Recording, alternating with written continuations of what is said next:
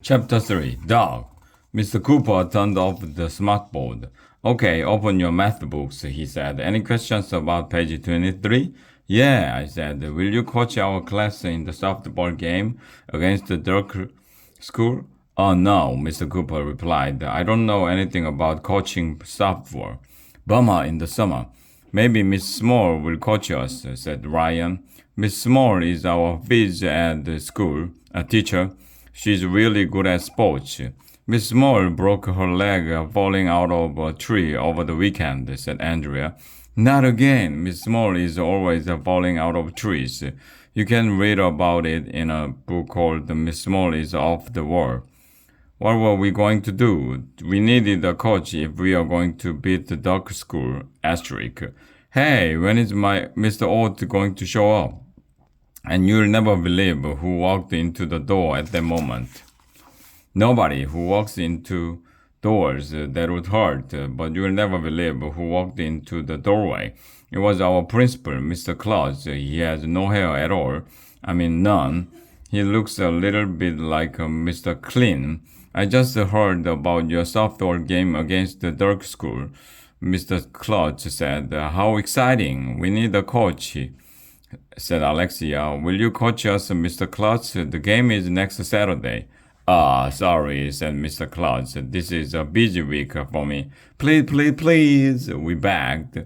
We put on our best puppy dog faces. That's when you make your face like you look like a cute little puppy dogs. It usually works. Grown-ups will do anything if you put on a puppy dog face. After school on Tuesday, I have to blah blah blah blah, said Mr. Claus. On Wednesday after school, I have to blah blah blah blah. He went on like that for 1,100,000 seconds. Where are we gonna get a coach? Asked Neil. Mr. Claus said as he rubbed his chin. Grown-ups always say and rub their chin when they don't have any ideas. Nobody knows why. I've got it, Mr. Claus finally said, snapping his fingers. Grown-ups always snap their fingers when they get a good idea. Nobody knows why. There's a man named Willie Oat who lives in town, Mr. Claus told us. He used to be a big league coach. I bet he would help you. Will you ask him? Andrea said. No, but you can ask him, said Mr. Claus. Let's go to his house. Mr. Claus walked out of the room, and we all rushed to follow him. Yay, no math. We were going on a field trip to Willie Oat's house. Field trips are cool.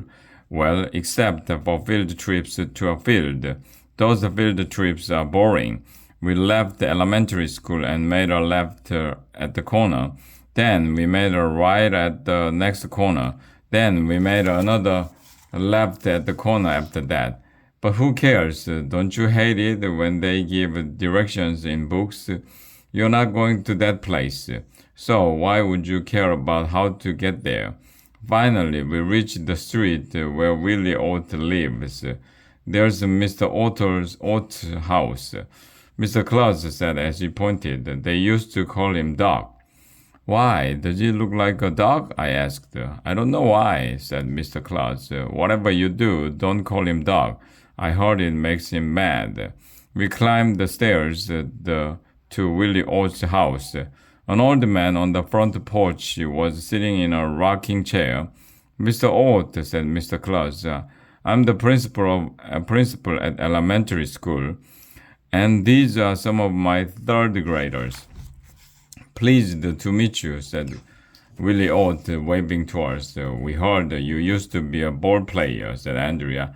Oh, that was a long time ago, Willie Oat replied. I was a young man then.